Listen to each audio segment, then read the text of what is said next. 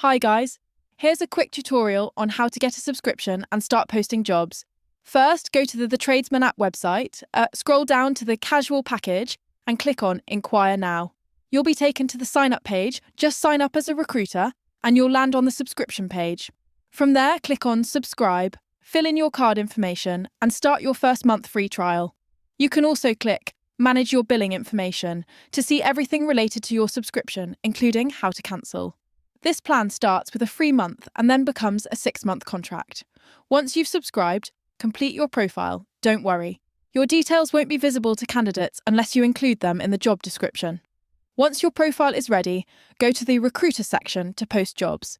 Fill in all the job details you want candidates to see before they apply. Make sure to include your contact number and company name if you'd like that visible to workers.